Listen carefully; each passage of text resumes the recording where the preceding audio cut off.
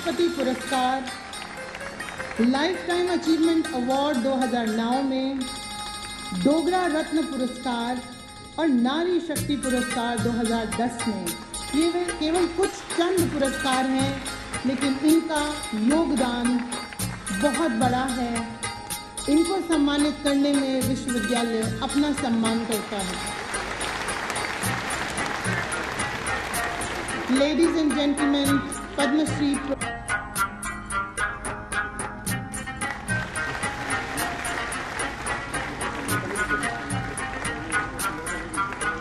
ये सम्मान ग्रहण करेंगे।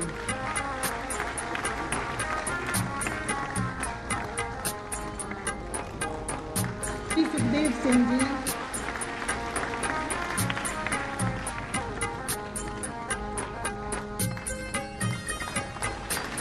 हार्दिक अभिनंदन।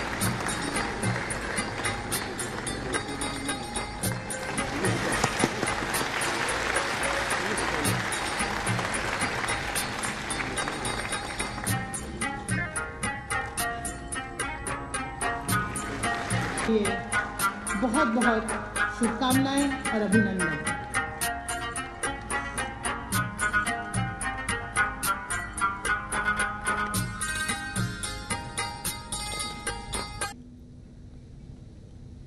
जम्मू यूनिवर्सिटी के स्थापना दिवस तथा शिक्षक दिवस की मैं आप सभी को बहुत बहुत बधाई एवं शुभकामनाएं देता हूं। सबसे पहले तो मैं डॉक्टर दिनेश सिंह जी का अभिनंदन करता हूं, जो ज्ञानवर्धक उद्बोधन उन्होंने दिया है, खासतौर से विद्यार्थियों के भविष्य की चुनौतियों और यात्रा के विषय। व्यक्तिगत रूप से भी और मैं समझता हूं जम्मू कश्मीर प्रशासन की तरफ से मैं आपके प्रति हृदय से कृतज्ञता और आदर व्यक्त करता हूं। 53 साल की लंबी यात्रा में जम्मू यूनिवर्सिटी ने अनेक उतार चढ़ाव देखे। इतिहास का बनना बिगड़ना, वर्तमान की चुनौतियों पर विजय और भविष्य के निर्माण का संकल्प हर यात्रा का एक अहम हिस्सा होता है। 53 साल पहले यहाँ के 13 एकेडमिक डिपार्टमेंट्स में जो सिलेबस पढ़ाए जाते थे, आज वर्तमान में 40 एकेडमिक डिपार्टमेंट्स में नहीं पढ़ाए जाते। और अगले 53 साल में जो सब्जेक्ट्स पढ़ाए जाएंगे, आज उसका अनुमान लगाना मुझे लगता है कि असंभव सा है। मित्रों, समाज और राष्ट्र के जीवन में परिवर्तन का प्रतिबिंब सबसे पहले विश्वविद्यालय परिसर में ही प्रारंभ होता है। परिसर कैंपस से बाहर निकलकर युवाओं को जिस प्रोफेशन में अवसर मिलेगा, वह प्रोफेशन 30 साल पहले जैसा नहीं था। आज 30 साल बाद जिस तरह के अवसर मिलेंगे, मुझे लगता है कि उसकी कल्पना हम में से बहुत सारे लोग इस सभागार में जो बैठे हैं शायद आज नहीं कर सकते। इसलिए सिर्फ देश में नहीं बल्कि विश्व के सभी यूनिवर्सिटी कैंपसेस में ये सतत परिवर्तन पहले भी हुआ है, आगे भी होगा। मैं मानता हूं कि अभी जो नेशनल एजुकेशन पॉलिसी माननीय प्रधानमंत्री जी के नेतृत्व में आई है, वो यूनिवर्सिटीज़ को रीडिफाइन करने में सफल होगी, सक्षम होगी। डॉक्टर साहब ने बहुत विस्तार से बताया है। कैंपस का मतलब केवल 4 दीवारें, 40 बेंच और प्रोफेसर साहब का टेबल नहीं है। शिक्षा का मतलब स्मृतियों का आदान प्रदान भी नहीं है, बल्कि ठीक कहा उन्होंने कि विद्यार्थियों के दिमाग की खिड़कियों को कैसे खोला जाए। ये अगर हम कर पाए तो मैं समझता हूँ ये सार्थकता तभी सिद्ध होगी। शिक्षक दिवस पर मैं आज सभी शिक्षकों से निवेदन करूँगा, आग्रह करूँगा कि इस दिशा में हमें आगे बढ़ने की जरूरत है। शिक्षा देने के बजाय नए विचारों को कैसे हम जागृत कर सकते हैं, उनके दिमाग की खिड़कियों को कैसे खोल सकते हैं, पहले वाले सांचे में ढालने की बजाय उनके विकास के लिए स्वतंत्र वातावरण कैसे पैदा किया जाए। अगर ये काम हम कर सके तो मैं समझता हूँ कि भविष्य में नए समाज के निर्माण और आने वाली चुनौतियों का सामना करने में हम सक्षम हो सकेंगे। डॉक्टर साहब ने बड़ा विस्तार से बताया है। पता नहीं पिछले हफ्ते कि इंडिया टुडे आप में से कितने लोगों ने पढ़ी है। अगर नहीं पढ़ी है तो मैं निवेदन करूंगा कि उसे जरूर पढ़िए। डॉक्टर साहब का एक बड़ा संक्षिप्त लेख उसमें छपा है। बड़ी बेबाकी से उसमें शिक्षा व्यवस्था और उसमें भी परीक्षा की जो व्यवस्था है सूक्ष्म में संक्षेप में यहाँ बताया है उन्होंने, उसमें उन्होंने थोड़ा विस्तार से अपने विचार रखे।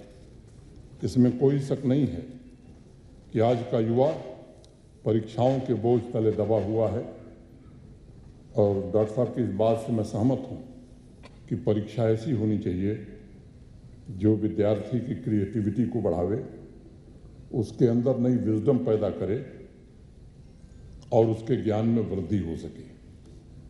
अगर दिमाग पर बोझ है तो उसमें नए बीज का अंकुरण हो ही नहीं सकता, और अगर नए बीज का अंकुरण नहीं होगा तो चेतना में किसी तरह का सवाल और संदेह पैदा नहीं होगा। जिस शिक्षा व्यवस्था में दिमाग में संदेह और सवाल न पैदा हों, मैं समझता हूँ वो शिक्षा किसी काम की नहीं हो सकती। 13-14 साल पहले एस्ट्रोफिजिक्स के एक प्रोफेसर ने अपनी एक सच्ची कहानी लिखी। एक यूनिवर्सिटी के किसी सेमिनार में उन्हें बुलाया गया। सेमिनार शुरू होने के 2-3 घंटा पहले ही वो पहुंच गए थे वहां।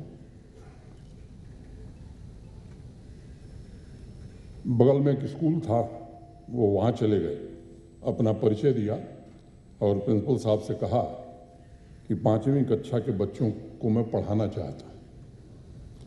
प्रिंसिपल साहब बहुत प्रसन्न हुए और करीब 1 घंटे तक कक्षा 5 के बच्चों को उन्होंने सितारों के बारे में, आकाशगंगा के बारे में, ब्लैक होल के बारे में बताया। क्लास में 50 बच्चे थे। ध्यान से उन्होंने सुना और जब क्लास खत्म हुआ तो उन्होंने बच्चों से कहा कि मन में कोई सवाल है तो बेझिझक पूछ सकते हैं। आपको जानकर आश्चर्य होगा कि 50 बच्चों ने हाथ उठाए। एक भी ऐसा नहीं था जिसने हाथ नहीं उठाया, और कई ने तो 3-3 सवाल पूछे। सवालों की झड़ी लगा दिया बच्चों ने।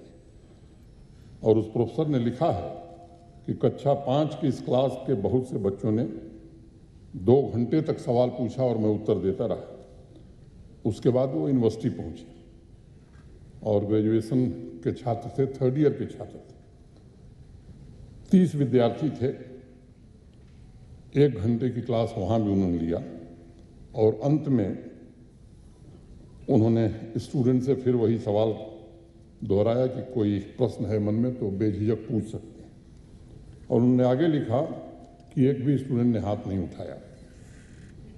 उसने दोबारा रिपीट किया, फिर भी कोई हाथ नहीं उठा। बड़ा आश्चर्य हुआ। और फिर वो आगे लिखते हैं कि 8-9 वर्षों की यात्रा में ये कौन सा परिवर्तन विद्यार्थियों के बीच हो गया। क्या उनकी क्यूरियोसिटी समाप्त हो गई, संदेह समाप्त हो गया, सवाल खत्म हो गए? उसका थोड़ा बहुत उत्तर मुझे थोड़ा बहुत समझ में आया। डॉक्टर साहब के उद्बोधन के बाद मुझे लगता है ढेर सारे लोगों को ये बात समझ में आ गई होगी। आज शिक्षक दिवस पर सभी गुरुजनों से मैं कहना चाहूँगा कि कक्षा 5 के बाद अगले 10 सालों में किस ढांचे में हमने विद्यार्थियों को कैसे रूटीन में फंसा दिया है। क्या उनके दिमाग की खिड़कियां हम खोलने के बजाय बंद कर दिए? क्या यही हम बताएंगे कि 5 सब्जेक्ट पढ़ना है, अच्छी तरह से याद कर लो? क्यूरियोसिटी की जगह उनके माइंड को मेमोरीज का स्टोर हाउस बना दिया गया है और ये पूरी शिक्षा व्यवस्था एजुकेट करने के बजाय डिग्री प्रदान करने का महज साधन बन गई है। इस बात को याद रखना है, शिक्षा व्यवस्था सिर्फ डिग्री प्रदान करने की व्यवस्था नहीं है। सवाल करना आज के युग में स्टूडेंट के कमजोरी की निशानी बन गया है। स्टूडेंट के मन में अगर सवाल आएगा तो भी वो नहीं पूछेगा, क्योंकि वो जानता है कि जैसे ही सवाल पूछने के लिए हाथ उठाएगा वो हाथ क्यूरियोसिटी का स्किल न होकर वीकनेस का सिंबल बन जाएगा। शिक्षक दिवस पर मैं इस व्यवस्था को कैसे बदला जाए, मैं आप सबसे प्रार्थना करना चाहता हूँ। चाइनीज दार्शनिक कन्फ्यूशियस ने कहा था कि अगर तुम मुझे बताओगे कोई चीज़ तो शायद मैं भूल जाऊंगा, अगर तुम मुझे दिखाओगे तो शायद मैं याद रखूंगा, लेकिन अगर तुम मुझे सीखने की प्रक्रिया में शामिल कर लो तो मैं सब कुछ समझ जाऊंगा और जीवन भर याद रखूंगा। हम जो स्टूडेंट्स को सिखा रहे हैं उसमें उनका इन्वॉल्वमेंट कितना है, खुद ब खुद उनके दिमाग की खिड़कियां अगर उनका इन्वॉल्वमेंट होगा तो खुलेंगी, वो समझेंगे भी और उनके मन में सवाल भी पैदा होंगे। स्टूडेंट्स को डिग्री नहीं, एजुकेशन चाहिए जो उसकी, जो बात डॉक्टर साहब कह रहे थे, जो उसकी इंडिविजुअलिटी को ग्रो करने में मदद करे। जब स्टूडेंट्स ग्रो करता है तब टीचर्स की भी एक नई यात्रा शुरू होती है।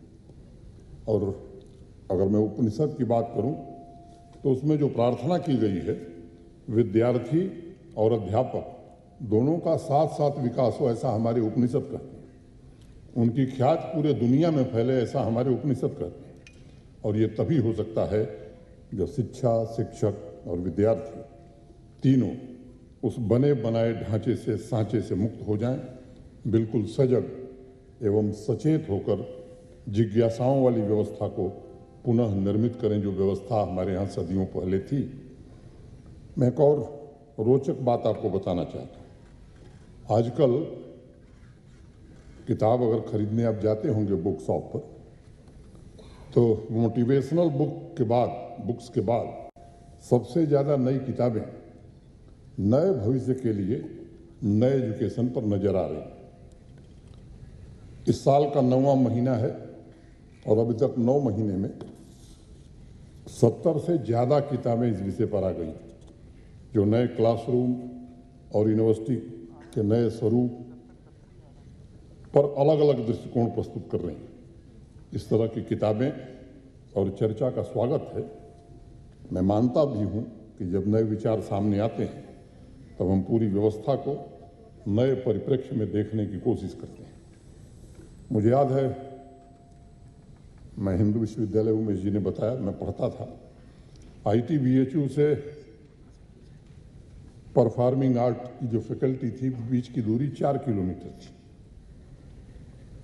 मुझे नहीं समझ में आता था कि ये क्या सिविल इंजीनियर होने का मतलब जीवन में संगीत का अभाव है या कुछ और वजह है कि हर एक फैकल्टी को दूसरे सब्जेक्ट की फैकल्टी से इतना दूर क्यों रखा जाए। ये फिजिकल डिस्टेंस का सवाल नहीं है। मुझे नहीं पता यहाँ इंडस्ट्रियल बायोटेक पढ़ाने वाले डॉक्टर BK बजाज और हिस्ट्री के प्रोफेसर श्याम नारायण साहब की हर रोज़ मुलाकात होती है या नहीं होती है, या फिर ह्यूमन जेनेटिक्स तथा डोगरी साहित्य के प्रोफेसर्स के बीच कभी संवाद होता है या नहीं होता है। अगर नहीं होता है तो हमें विचार करना होगा कि जिस एकत्व चिंतन की बात नई राष्ट्रीय शिक्षा नीति करती है उसे हम कैसे सिद्ध कर पाएंगे, वही भावना हम बच्चों में कैसे पैदा कर पाएंगे। अमेरिका के एक रिटायर्ड प्रोफेसर हैं डेविड हेल्फेन। उन्होंने 15 साल पहले कनाडा में एक क्वेस्ट यूनिवर्सिटी की स्थापना की और उनका मानना था कि 21वीं शताब्दी की चुनौतियों से निपटने के लिए और भविष्य में मल्टीटास्किंग के लिए स्टूडेंट्स को तथा फैकल्टी को चार दीवारी से मुक्त करना होगा। वहाँ मैथ के प्रोफेसर के बगल में साहित्य के, लिटरेचर के प्रोफेसर बैठते हैं, बायोलॉजी के प्रोफेसर के पड़ोसी म्यूजिक के प्रोफेसर हैं और वो सभी एक दूसरे के संपर्क से सीखते ही नहीं हैं बल्कि उसे बच्चों में बांटने का भी काम करते हैं। सबसे बड़ी बात, वहाँ परीक्षा बच्चों के लिए बोझ नहीं है बल्कि परीक्षा उनके अंदर क्यूरियोसिटी जगाने के लिए ली जाती है ताकि स्टूडेंट्स और अधिक इन्वॉल्व होकर अपने विषय को समझ सकें। आज आज़ादी के अमृत कालखंड में जो नई शिक्षा नीति आई है, राष्ट्रीय शिक्षा नीति, जब जम्मू यूनिवर्सिटी जैसे शिक्षण संस्थान को सिर्फ डिग्री और कंपटीशन का संस्थान नहीं बल्कि क्यूरियोसिटी और कोलैबोरेशन का केंद्र अगर हम बना सकते हैं तो मैं समझता हूं कि ये जम्मू कश्मीर के लिए और उस पूरे क्षेत्र के लिए एक बड़ा योगदान होगा। जम्मू यूनिवर्सिटी अगर अपनी 53 सालों की यात्रा की सीढ़ियों को गिनना शुरू करेगी तो अनेक महत्वपूर्ण पड़ाव नजर आएंगे। एक पड़ाव मुझे याद है, 2020 में मैं यहाँ आया था, प्रोफेसर मनोज धर साहब वाइस चांसलर थे। स्पेशल पर्पज व्हीकल फाउंडेशन की उस समय स्थापना इस यूनिवर्सिटी में हुई थी। जम्मू कश्मीर यूनिवर्सिटी इस यूटी में startups, industry academic partnership, innovation तथा इंक्यूबेशन की संस्कृति को प्रमोट करने की दिशा में उस दिन एक महत्वपूर्ण फैसला यूनिवर्सिटी ने किया था। 27 नवंबर 2020 की बात है। एक और महत्वपूर्ण निर्णय उस दिन हुआ था, गुरु नानक देव चेयर की स्थापना भी की गई थी। ये निर्णय शिक्षा जगत के लिए एक संदेश था। राष्ट्रीय शिक्षा नीति के अनुरूप अतीत के अनुभव से, अपने नैतिक मूल्यों के खजाने से ज्ञान को आगे बढ़ाने की एक छोटी सी पहल थी। भारतवर्ष के संत, महापुरुष, बड़े बड़े वैज्ञानिक हमारे विकास की नींव हैं। 21वीं सदी के इनोवेशन उसका शिखर है। अतीत से हमारा सफ़र शुरू होता है। अतीत हमारी सीढ़ी है, मंजिल नहीं है। इसलिए राष्ट्रीय शिक्षा नीति में बड़े सोच विचार करके माननीय प्रधानमंत्री जी के नेतृत्व में एक ऐसी शिक्षा व्यवस्था की कल्पना की गई है जो विद्यार्थियों में संस्कृति और संदेह दोनों एक साथ जागृत करे, ताकि हमारे विद्यार्थी की ग्रोथ एक तरफा न हो, मैकेनिकल न हो, बल्कि क्रिएटिव ऊर्जा पैदा करने वाली हो। डॉक्टर साहब ने बहुत विस्तार से बताया है और इंडिया टुडे कॉलम में तो और भी विस्तार से लिखा है। किसी एक सब्जेक्ट में एजुकेशन का अर्थ ये कतई नहीं है कि स्टूडेंट उसी फील्ड में आगे चलकर नौकरी करे। एजुकेशन के जरिए स्टूडेंट्स जीवन में साहस और भय से मुक्त होना सीखता है। एजुकेशन के माध्यम से विद्यार्थी किसी एक सब्जेक्ट में विचार और चिंतन की गहराई का अनुभव करता है, लेकिन भविष्य में बायोटेक का स्टूडेंट बॉलीवुड का बहुत बड़ा डायरेक्टर भी बन सकता है। और ऐसे एक नहीं, अनेक उदाहरण हैं। बहुत से सोशल साइंस के विद्यार्थी आज अपना स्टार्टअप शुरू कर रहे हैं। ये बात मैं कह सकता हूँ कि एजुकेशन का सही मायने में काम प्रतिभाओं को निखारना है। एक छोटी कहानी है। किसी गांव में एक बड़े प्रसिद्ध संगीतकार पहुंचे। उस गांव का पहला लड़का इंजीनियरिंग ग्रेजुएट हुआ था। गांव वालों ने संगीतकार से कहा कि ये लड़का हमारे गांव की शान है और हम चाहते हैं कि आप इसके बारे में इससे बात करके 2 शब्द कहें। संगीतकार ने कहा कि जरूर कहूँगा, लेकिन पहले इस लड़के को आप 2 घंटे मेरे पास रहने दें। गांव वालों ने यही किया। जब 2 घंटे बाद वे लौटे और पूछा, बताइए हमारे गांव का पहला इंजीनियरिंग ग्रेजुएट कैसा लगा आपको? तो संगीतकार ने कहा, ये लड़का बड़ा अद्भुत है, क्योंकि इंजीनियरिंग की सालों की पढ़ाई के बावजूद इसके अंदर बाकी सभी प्रतिभाएं बिल्कुल जीवंत हैं। यहाँ तक कि वह संगीत भी उसी तरह से जानता है। इसलिए मैं मानता हूँ कि किसी एक सब्जेक्ट में ग्रेजुएट में सिर्फ उसी से संबंधित स्किल में निपुण हो ऐसा जरूरी नहीं है। विद्यार्थी में अन्य गुण भी हैं, प्रतिभा है, उसे निखरने का अवसर मिले। भविष्योन्मुख, मूल्य आधारित तथा महत्वाकांक्षी शिक्षा, ये 3 मुख्य बातें हैं। व्यक्तित्व की गरिमा को बढ़ाती हैं। जम्मू यूनिवर्सिटी के टीचर्स को सिर्फ स्टूडेंट्स के माइंड की खिड़कियों को खोलने की ज़रूरत है। राष्ट्रीय शिक्षा नीति जिन मूल्यों की बात करती है उसका सीधा मतलब है हर छात्र की अपनी गरिमा, गौरव है और हर छात्र अपने आप में बेजोड़ है।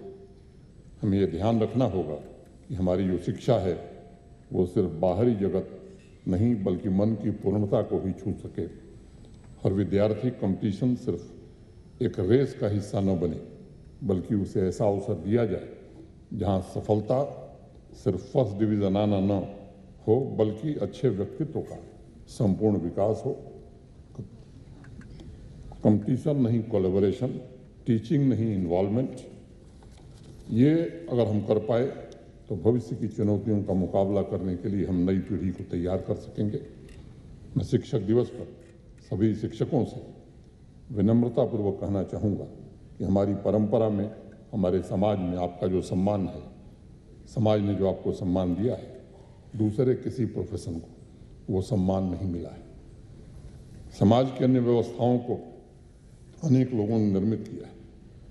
बाहरी आवरण तो कोई बना सकता है समाज का, लेकिन आंतरिक आवरण बनाने की क्षमता केवल आप में है, केवल अध्यापकों में है। उन सभी कार्यों के लिए टूल्स आप ही प्रदान करते हैं। सिर्फ आप ही व्यक्तित्व का निर्माण कर सकते हैं। इस बात को समझना होगा कि आप कोई रूटीन काम नहीं कर रहे, बल्कि भविष्य की, राष्ट्र की सामाजिक और आर्थिक व्यवस्था आप निर्मित कर रहे हैं। यह आप सभी की मेहनत का परिणाम है कि जम्मू यूनिवर्सिटी को पूरे देश में 56वीं रैंकिंग हासिल हुई है। देश भर में रिसर्च और प्रमोशन और साइंटिफिक एक्सेलेंस के लिए चुनी गई यूनिवर्सिटीज़ में से आज ये एक है। जैसा कुलपति जी ने कहा कि कुलपति जी और इनकी पूरी टीम ये कोशिश करेगी कि आने वाले समय में 20 विश्वविद्यालयों के अंतर्गत जम्मू विश्वविद्यालय की गणना हो। मैं अग्रिम शुभकामना देता हूं और उम्मीद करता हूं कि ये सफलता भी आप सब जरूर प्राप्त करेंगे। हमें ऐसा ह्यूमन कैपिटल निर्मित करना है जो भविष्य में राष्ट्र और समाज के लक्ष्यों को पूरा करने में सहयोग दे। एक बार पुनः मैं आप सभी को फाउंडेशन डे तथा शिक्षक दिवस की हार्दिक शुभकामनाएं देता हूं। आदरणीय दिनेश सिंह जी को हृदय से आभार उनका व्यक्त करता हूं, कृतज्ञता ज्ञापित करता हूं और उनसे अनुरोध करता हूं कि समय समय पर हमारी उच्च शिक्षा को मार्गदर्शन आप देते रहें। बहुत बहुत धन्यवाद।